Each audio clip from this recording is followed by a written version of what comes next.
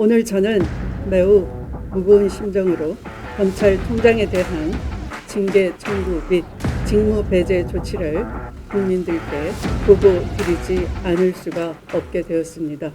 윤석열 대통령이 검찰총장 시절 추미애 장관이 정직 2개월 징계 내린 적이 있었죠. 이 징계가 정당했다며 추 장관 손을 들어줬던 1심 최근 뒤집어졌습니다. 징계는 부당하다. 윤 대통령의 손을 들어줬는데요. 추 장관이 적법 절차를 위반했다. 무엇을 잘못했다는 건지 궁금하지 않으십니까? 시원하게 풀어드립니다. 함께 공부할까요? 안녕하세요. 동행가 뉴스터디 동정민 앵커입니다. 자, 메리 크리스마스입니다. 자, 이거 옷도 크리스마스 트리 색깔로 입고 왔는데요. 자, 시작해볼까요? 이번 주에 아주 흥미로운 재판 결과가 하나 나왔습니다. 기억나십니까? 2020년 11월 24일, 2020년이면 문재인 정부 시절에 당시 추미애 법무부 장관이 윤석열 검찰총장에 대해서 징계를 청구하겠다라는 기자회견을 했었죠. 그리고 실제로 그 다음 달 12월 16일에 검사징계위원회에서는 윤석열 검찰총장 정직 2개월 땅땅땅 징계를 했습니다. 자, 바로 다음 날 문재인 대통령이 그 징계를 재가를 했죠. 그 직후 윤석열 검찰총장은요, 법원에 부당하다라고 하면서 이 정직을 멈춰달라 효력 정지 가처분 신청을 냈고 실제로 받아들여졌습니다. 윤석열 검찰총장은 징계 효력이 정지되고 검찰총장을 계속 유지할 수 있었죠. 당시에요, 이거는 이제 가처분 급한 거니까 이게 왜냐면 징계가 이루어지면 검찰총장은 2개월 못하니까 그거는 일단 막았어요. 하지만 실제로 그 징계가 정당하냐 여부는 본안소송, 본안재판에서 결정이 날 거라면서 자, 본안 판결 선고일로부터 30일 되는 날까지 효력을 정지한다라고 판결을 내렸습니다. 최근에요, 이 본안 판결이 나온 거예요. 한참 지나서요. 그러니까 무슨 얘기냐면 이게 이제 정직 2개월이니까 사실은 여기서 뭐 정당하냐 안 하냐가 윤석열 이미 뭐 검찰총장은 다 끝났고 대통령이 돼 있잖아요. 그러니까 검찰총장 정직 관련해서는 뭐 그 징계가 중요한 건 아니지만 자, 그래도 당시 징계가 정당했냐 정당하지 않았냐라는 이 판결은 윤석열 대통령의 정당성에는 상당한 영향을 미칠 수 있는 겁니다. 왜요? 이때 당시 징계가 부당하다라고 해서 이걸 뒤집는 그 동력으로 사실은 윤석열 대통령이 대통령까지 오를 수 있었던 또 하나의 동력이었으니까요. 그런데 사실은요, 1심 판결에서는 윤석열 대통령이 졌습니다. 당시 징계는 정당하다. 추미애 장관이 손을 들어줬어요. 그래서 서민 교수가 추미애 장관에게 사과도 했었습니다. 그런데 이게 이번 주에 2심 결과가 나왔는데 뒤집어진 거예요. 당시 윤석열 검찰총장을 향한 이 징계는 부당하다고요. 왜 판결이 뒤집어진 걸까요? 판결이 뒤집힌 가장 결정적인 건 바로 이겁니다. 적법 절차의 원칙을 위반했다. 당시 징계가요. 헌법 12조예요. 누구든지 법률과 적법한 절차에 의하지 않고는 처벌을 받지 아니한다라고 되어 있습니다.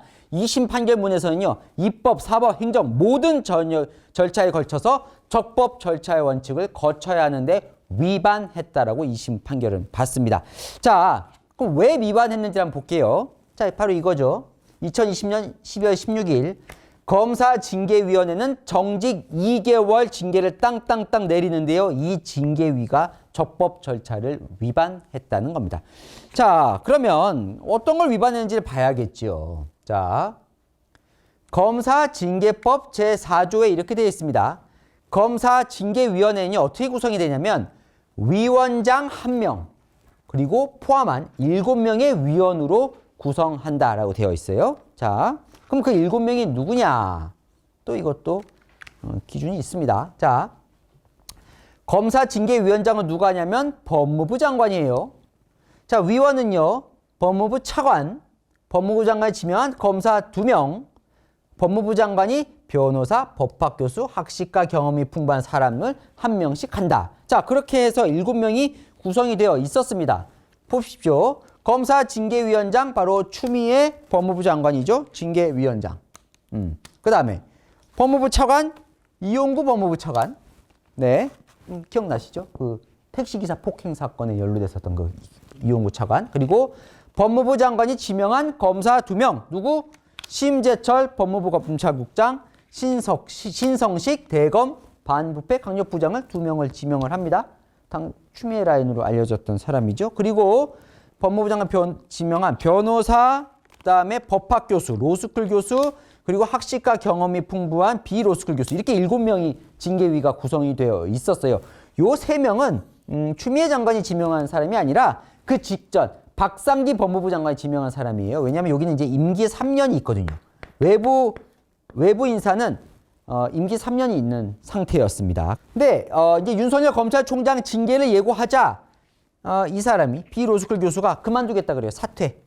나는 못하겠다. 윤석열 검찰총장 징계에 심의 못하겠다라고 사퇴를 하니까 추미애 장관이 부랴부랴 채웁니다. 여기서부터 이제 사달이 나기 시작하는데요. 어쨌건 정한중 한국외대 교수를 이 자리에 이제 채워요. 그러면서 정한중 교수를 징계위원장 직무 대리를 시킵니다. 자기 대신에. 그러면 본인이 징계위원장 하면 되는데 왜 대리를 시키느냐? 바로 이 조항 때문이죠. 검사징계법 제17조. 징계를 청구한 사람은 사건 심의에 관여하지 못한다. 윤석열 검찰총장의 징계를 청구한 사람이 바로 본인이거든요. 그러니까 본인은 사건 심의에 관여를 할 수 없으니 그 자리에 본인이 세운 위촉한 이 정한중 교수를 직무대리로 세운 거예요. 자, 윤석열 검찰총장을 향한 징계는 2차례 심의를 거쳐서 정직 2개월 결정이 나오는데요. 그럼 이 심의를 누가 하느냐? 아까 말씀드렸다시피 검사징계위원회가 지금 꾸려져 있지요. 자, 7명 아까 보여드렸는데 이 중에서요, 추미애 장관 못 옵니다. 그죠? 아까 제가 말씀드렸죠? 네, 본인이 직접 징계를 청구했기 때문에 못 와요. 그중에 한 명이 또 개인 사정으로 안 옵니다. 그러면 지금 5명이 참가한 가운데 이 심의가 벌어지는데요. 윤석열 검찰총장이 이 중에 4명에 대해서 기피 신청을 합니다. 기피 뭐예요? 이 사람은 이 심의에 참여하지 원하지 않는다. 참여하면 안 된다라고 하면서 4명, 5명 중에 여기 빼고 4명을 모두 기피 신청을 합니다. 기피 신청을 하는 또 근거법 조항이 있습니다. 검사징계법 제17조 3항에 따르면 읽어볼게요. 징계 혐의자는, 여기 윤석열 검찰총장이 징계 혐의자죠. 위원장 또는 위원에게 징계 결정에 공정을 기대하기 어려운 사정이 있을 때에는 위원회에 그 사실을 소명하여 기피를 신청할 수 있다. 이 사람은 공정하지 않으니까 빼달라라고 요청할 수 있다라는 근거 조항이에요. 왜 공정하지 않다고 보느냐? 예를 들면 이 정한중 교수, 추미애 장관이 급하게 대타로 찾아놓은 이 정한중 교수는요. 여기 징계하기 4개월 전에 민주당이 주최하는 세미나에 가서 윤석열 검찰총장과 검찰에 아주 맹비난합니다. 검찰개혁의 가장 저항 세력이 바로 특수부와 특수부 출신 검사고 윤석열 검찰총장이 그래서 저렇게 저항하는 거다라고 맹비난해요. 자, 무슨 말이에요? 그리고 민주당 당적도 있었던 경력이 나옵니다. 공정하지 않다는 거죠. 징계를 하려면 중립적인 제3인물이 와야지 이렇게 색채가 뚜렷한 사람을 넣는 거는 이 윤석열 특히나 검찰총장 징계를 위해서 투입하는 거는 공정하지 않다라고 기피 신청을 합니다. 자, 기피 신청을 했어요. 4명이나. 그럼 어떻게 결정이 되냐면, 자, 잘 들어보셔야 돼요. 왜냐하면 이게 나중에 제가 설명드리는 왜 판결이 뒤집혔는지의 핵심 사안이 되기 때문입니다. 자, 잘 들어보십시오. 재밌어요. 자, 조항이 있습니다. 검사징계법 제17조 4항에 따르면 위원회는요, 이렇게 기피 신청이 들어와요. 들어왔을 때에는 제적위원, 과반수 출석과 출석위원, 그러니까 절반은 출석을 해야 되고 그중 절반이 찬성해서 기피 여부를 의결한다. 이 경우 이게 또 중요합니다. 기피 신청을 받은 사람은 그 의결에 참여하지 못한다. 예를 들어 윤석열 총장이 정한중 교수를 기피 신청했어요. 그럼 본인이 그 징계에 들어갈 거냐 빠질 거냐를 결정하는 거는 정한중 교수는 결정할 수가 없는 거예요. 나머지 사람들이 정한중 교수 윤석열 검찰총장 얘기대로 빠지는 게 좋겠어 라고 해서 뺄지, 아니면 윤 총장 얘기가 부당해, 이 사람 공정성에 아무 문제가 없어, 놔둘지, 요거를 정한준 교수를 뺀 나머지 사람들이 결정하도록 해놓은 거예요. 왜냐하면 본인 관련된 거니까. 네, 이렇게 해놓은 겁니다. 자, 이해되셨죠, 일단? 근데 4명이나 지금 기피 신청을 해놓은 상황이에요. 이게 복잡해지는 겁니다. 왜요? 아니, 5명 중에 4명을 기피했으니까. 지금, 그런데 본인 건 빼고 이 기피를 다 결정해야 되잖아요. 자, 그래서 어떻게 결정이 나냐면, 잘 보십시오. 판결문에 그대로 나와 있는 내용입니다. 이 표가. 자, 뭐, 알파벳 많아서 복잡해 보이시죠? 이걸 제가 손대면 더 복잡해질 것 같아서 이대로 갖고 왔는데 제가 잘 설명드릴게요. 따라오십시오. 원래 징계위원회 구성 이 명단은요, 비공개입니다. 이게 공개가 되면 징계하는 사람들이 또 이렇게 가서 작업을 할 수 있으니까 비공개예요. 자, 보십시오. 지금 5명이 참석했죠. 이게 5명이에요. G, B, E, C, A. 이게 누군지는 알 필요 없으십니다. 어쨌건 5명이 지금 2020년 12월 10일 1차 심의 때 나온 거예요. 근데 지금 그 중에 4명에 대해서 지금 이제 기피 신청을 해 놓은 거예요. 이걸 어떻게 결정하냐면 이 사람들이 자, 첫 번째 이 4명을 똑같은 사유로 기각 요청을 하거든요. 윤석열 검찰총장이. 그러니까 4명을 한꺼번에 기피해달라 그러고 또 그 4명 중에 2명씩 나눠서 또 기피를 해달라 그러고 여러 개를 기피 신청을 하는데 이 법에 따르면 기피 신청을 받은 사람은 의결에 참여하지 못해요. 그러면 어떻게 돼요? 남은 한 명만 의결을 해야 되잖아요. 그러면 의결이 안 되잖아요. 그죠? 이게 정적수가 안 차잖아요. 그래서 어떻게 하냐면 이 4명에 대한 기피 신청에 대해서는 기피 신청권 남용이다, 이건. 그러니까 이거는 윤석열 검찰총장이 진짜 기피 신청을 하려는 게 아니라 이거 의결 못하게 막으려는 거다. 아니 5명 중에 4명을 기피 신청을 똑같은 사유라면 이건 어떻게 하느냐라고 해서 아예 그 남용으로 왜 기피 신청을 하는지 여부 따져보지 않고 기각시켜버립니다. 그러니까 부당하다. 자, 됐어요. 그러면. 자, 또 그 외에 2명을 엮어서 또 아니면 한 명에 대해서 기피 신청을 또 하거든요. 그러니까 5명 중에 2명, A, B가 기피 신청 받았어요. 그럼 이 2사람 빼고 나머지 3명이 결정합니다. 이 2사람이 기피 신청을 한 거는 부당하다. 그러니까 아무 문제 없다는 거예요. 이 사람은 기피 신청 받아줄 필요 없다. 그래서 다시 5명 되는 거죠. 다른 2명, G, B. 이 2사람에 대해서 또 기피 신청을 해요. 그럼 이 2사람 빼고 나머지 3명이 이 2사람 문제 없어. 기각. 1명에 대해서는 3명 해서 나머지 3명이 다 기각시켜버려요. 결국 윤석열 검찰총장이 의결에서 빼달라고 하는 건 하나도 받아들여지지 않습니다. 이해되셨죠, 이제? 2차도 마찬가지예요. 12월 15일에도 기피 신청을 하거든요. 다 그런 식으로 3명, 나머지 3명이 기각을 시켜버립니다. 그런데 그럼 이 과정에서 2심 재판부는요. 적법 절차의 원칙을 위반했다는 거예요. 이 과정이. 뭐가 문제일까요? 자, 2심 재판부는 말씀드린 대로 적법 절차를 위반했기 때문에 이 징계는 부당하다고 결론을 내렸습니다. 무엇을 위반했느냐? 자, 아까 제가 말씀드렸어요. 추미애 법무부 장관 본인이 원래 징계위원장인데 본인이 징계를 청구했기 때문에 빠졌고요. 그리고 대신에 그 자리에 본인이 사퇴한 사람 자리에 위촉하고 그 사람에게 위원장 직무대리를 내가 맡겼다. 그 자체가 적법 절차를 위반했다는 게 2심의 판단입니다. 얼핏 봐서는 아무 문제 없어 보이거든요. 무엇을 위반했느냐 볼게요. 자, 이렇게 되어 있습니다.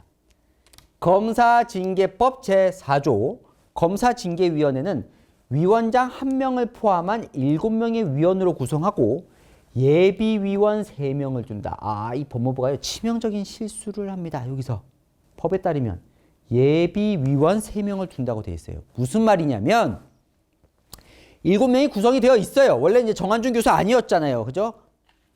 원래는 비로스쿨 교수였잖아요. 그죠? 네. 그런데 이제 이 사람이 사퇴를 했어요. 그만둬요. 그러면 예비위원 중에 임명해야 된다는 거예요. 예비위원은 뭐냐? 그러니까 이렇게 돌발적으로 사퇴할 걸 대비를 해서 후보자 예비위원 3명을 평소에도 갖고 있으란 얘기입니다. 왜 이게 중요하냐? 왜 중요하냐? 자, 징계가 올라가기 전에 예측 가능하게 제3자 중립적인 사람으로 예비위원을 구성하라는 거예요.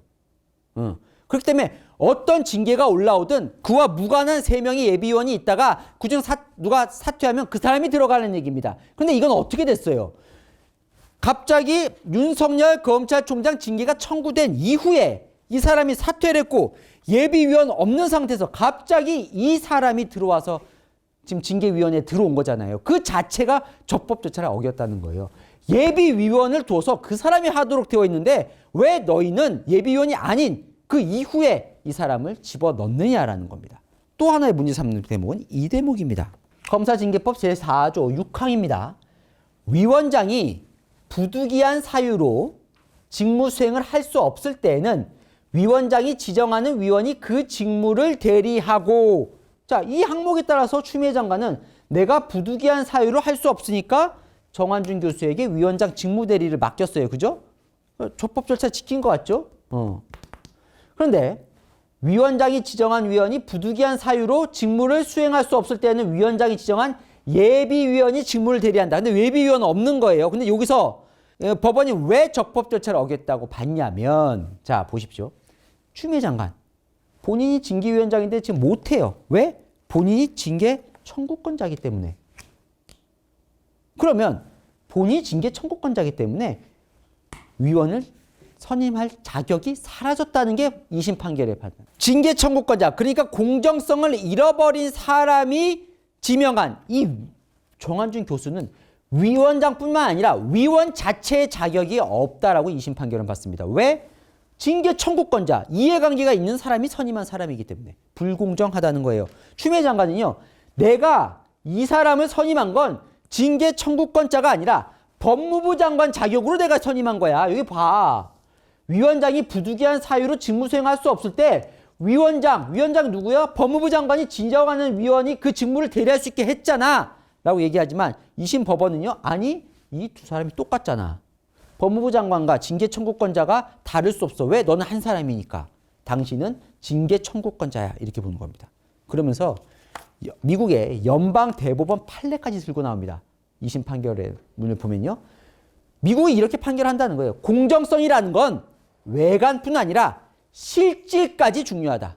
외관 법만 보면 마치 지킨 것 같지만 부득이한 사유에 해당이 되니까. 하지만 실질적으로 봤을 때는 당신은 징계 청구권자, 공정성을 잃은 사람인데 그 사람이 이 위원을 선임하는 것 자체가 공정성을 어긴 사람을 선임할 가능성이 높다는 거예요. 이게 적법 절차를 위반했다는 겁니다. 자, 또요. 아까 이 부분도 적법 절차를 위반했다고 봅니다. 제가 아까 말씀드렸어요. 잘 기억해 보십시오. 윤석열 검찰총장이 5명의 징계. 자, 아까 보십시오. 그럼 여기 중요해. 아까 징계를 심의한 사람은 추미애 장관 안 왔어요. 그죠? 그 다음에 변호사 안 왔어요. 요렇게 5명이 심의를 했습니다. 그죠? 그 중에서 윤석열 검찰총장이 4명에 대해서 기피 신청을 했어요. 자, 요거 있죠? 첫 번째 거. 기피 신청, 5명 중에 4명이나 기피 신청하면 누구 보고 의결하라는 거냐. 요거는 징계위원회의 말이 맞다. 5명 중에 4명이나 하는 거는 남용으로 볼 수 있다라고 요까지는 인정을 해요. 그런데 요거는요, 다 적법 절차를 위반했다고 봤습니다. 왜냐? 자, 이거 보십시오. 자, 이 법이 상당히 이래서 흥미로운 것 같아요. 자, 검사징계법 제17조에 의거해서 적법 절차를 위반했다는 건데 보십시오. 기피 신청이 있을 때는 아까 제가 읽어드렸어요. 제적위원회 과반수 출석과 출석위원 과반수 찬성으로 기피 여부를 의결한다고 되어 있어요. 자, 보십시오. 제적위원회 과반수 출석이 안 됐다는 거예요. 제적위원이 얼마냐? 그러면 제적위원이라는 거는 총검사징계위원회의 수가 얼마냐라고 봤을 때 제적위원을 몇 명으로 봤냐면 6명으로 봅니다. 6명. 6명이 제적이라는 거예요. 아니, 원래는 7명인데 왜 제적위원이 6명이냐? 정한준 교수는 자격이 없다고 봤어요. 징계위원이 아니다. 부당하게 징계가 위원이 된 거기 때문에 빼요. 그럼 하나, 둘, 셋, 넷, 6명이에요. 6명의 과반수 출석이 있어야 된다는 거예요. 과반수는 얼마예요? 3명이잖아요. 과반수 이상 출석이 돼야 되기 때문에 4명은 되어야 한다는 거예요. 4명. 4명 출석이 돼야 하는데 지금 몇 명이 기각했어요? 3명이 모여서. 자, 5명이 나왔지만 둘은 당사자니까 안 되고 3명이 이 둘에 대한 기피 신청을 받아주지 않는 걸 결정했잖아요. 그러니까 뭐예요?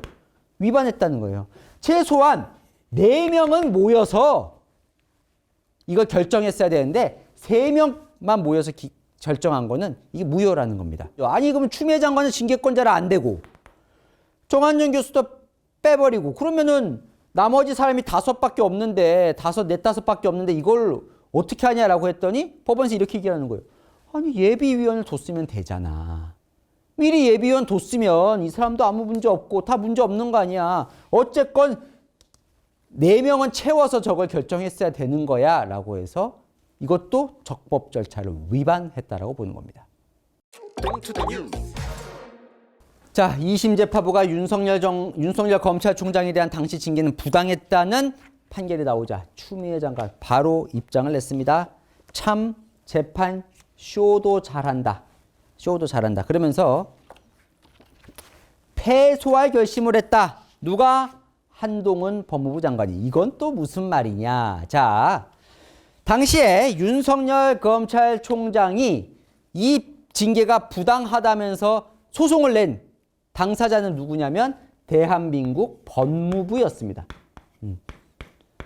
왜냐하면 법무부가 검사 징계위원회를 열어서 자기를 징계한 거니까요. 그러니까 추미애 당시 장관 개인에게 된 게 아니라 대한민국 법무부를 상대로 소송을 낸 거예요. 그런데 당시에는 추미애 장관이 장관이었지만 정권이 교체하면서 지금은 한동훈 법무부 장관이 윤석열 검찰총장에 맞서는 소송 당사자가 된 거예요.